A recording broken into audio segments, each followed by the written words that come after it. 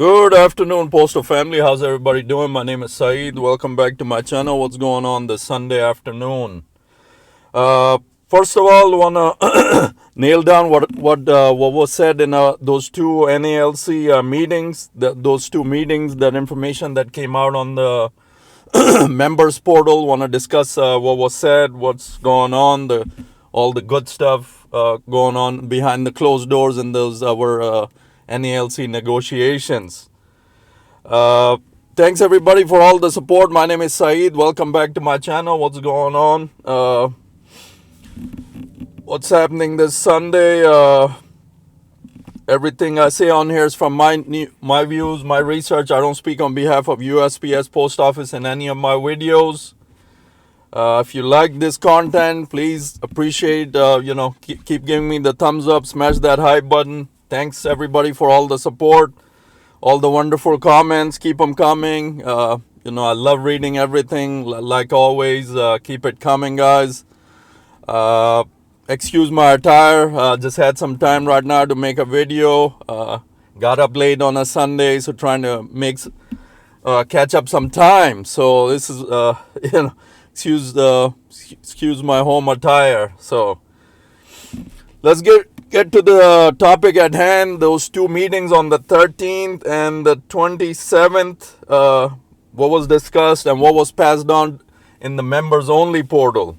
These updates from NALC provide a solid timeline for the first month of negotiations for the new collective bargaining agreement. Basically summarize. The two updates cover the period from March 13 to 27. The primary focus has moved from initial economic priority discussions to a formal presentation of nearly 60 specific proposals by the NALC. These proposals aim to overhaul wages, benefits, and working conditions with a significant emphasis on leave policies and disciplinary protections. March 13 update, setting the foundation. Duration marks the end of the first 2 weeks of negotiations. Focus. The parties worked on clearly outlining their respective economic priorities. Key articles discussed. Article 10, leave provisions. Article 15, grievance arbitration procedures. Article 16, discipline procedures and protections. Origin of proposals. These weren't just random ideas, they were shaped by subcommittees, the 2025 National RAP Session, and member surveys. Let's get to March 27, what was discussed. NALC has now officially presented almost 60 proposals to the Postal Service. The big ticket items, leave enhancements, increasing the days allowed for annual leave, sick leave, and leave without pay, specifically for bereavement. They also want to expand the definition of family members for bereavement leave. This is actually a very good one because in your family circle, if somebody passes away and they're not in your immediate family, they won't pay you. So I'm all down with this one. This is a very good one. You need to expand that family circle. So say, for instance, your uncle or somebody distant that's not in your immediate family cover, you still get those 3 days bereavement. So that's pretty good. I think it's 3 days. Paid parental leave, a major rush for paid time off for birth, adoption, or foster placement of a child. Discipline reform, reducing the shelf life of how long disciplinary records can be held against a carrier. A one-time purge of active letter carriers, active letters of warning, lows from personal folders. Work-life balance. Additional rest breaks for working overtime. More options for carriers to volunteer for overtime, likely aiming for better control over forced OT. Job security, improved protections against layoffs.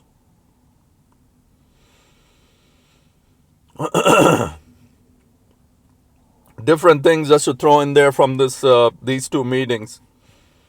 Quality of life, parental leave, expanded bereavement. This is a huge shift toward modernizing contract. The clean slate. Highlight the proposal to purge letters of warning.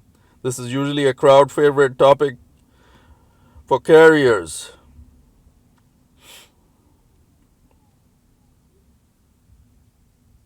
So the basic from the two meetings, what we discussed, the big reveal for the letter of warning purge. Explain one-time purge, bereavement. We all went through that. So good stuff that was discussed. In these two meetings, we need some changes. What they mentioned: grievance arbitration procedures, leave provisions, and discipline procedures for protections. Leave enhancements. They're talking about different leave types, sick leave, changes, increasing days. So that's really good one. Annual leave. Who doesn't want more annual leave and sick leave? Once in a while we use these things. Whenever you're sick, you gotta use your sick leave. So all that, a lot of carriers, they don't use it, and when it comes time to retire, then they start using it before they actually retire. So that's a good one. Discipline reform, reducing the shelf life of how long disciplinary records can be held against a carrier. Basically, once you there's a record of you, they write you up or something, they want to cut down that time, how long that actually stays in your record. Right now, it's just saying, it stays on there too long. Lowe's one-time purge of active letters of warning, work-life balance, additional rest breaks when working overtime. This is a very good one too. You're doing past your 10 hours, you only get your 10 minutes and a 30-minute lunch break. A lot of people don't even take those breaks, and but they want to increase. If you're going past 10 hours, you want to get another 10-minute break. So that's a really good one too. So different things, very good stuff that was discussed in these two meetings. Hopefully we're making progress. NALC, key things for the betterment of the letter carriers. Of course, Renfro is in these meetings. The next president, all that ballots mailing comes later this year, so we gotta hang tight as this guy does his thing, or fight for hell, like he says. So good stuff.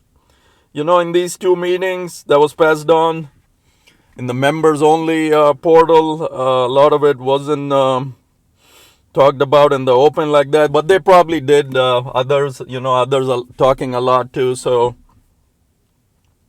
really good stuff, important stuff was discussed.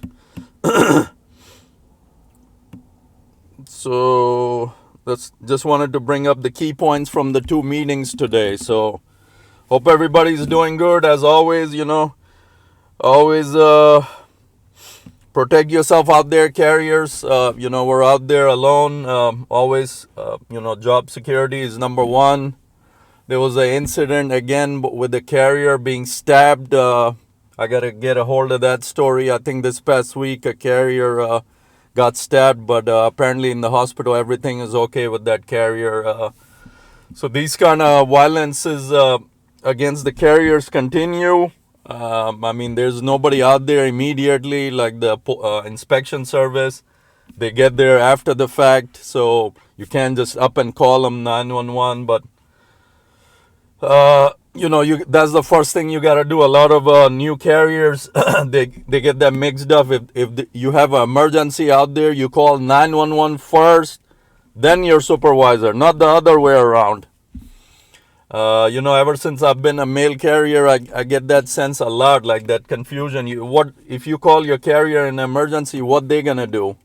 It's a waste of your time. You're in an emergency situation. You want to dial 911 first, and then later, after police all comes, takes care of you, then you call your supervisor. So these things, basic things that under the pressure, a new carrier comes in, a CCA, they are focused so much on their work. rightfully so. You're a CCA. You wanna focus on your job. You're timed. Unfortunately, how quickly you get your route done. All that unfortunate stuff that the rules implemented on CCAs, but at the same time, you gotta have a little bit of common sense. If there's an emergency, you gotta hit 911 first before you call anybody at the post office. So, just want to bring that out. We'll catch you guys later. Just wanted to throw up a video for you guys. We'll talk later. Take care, guys.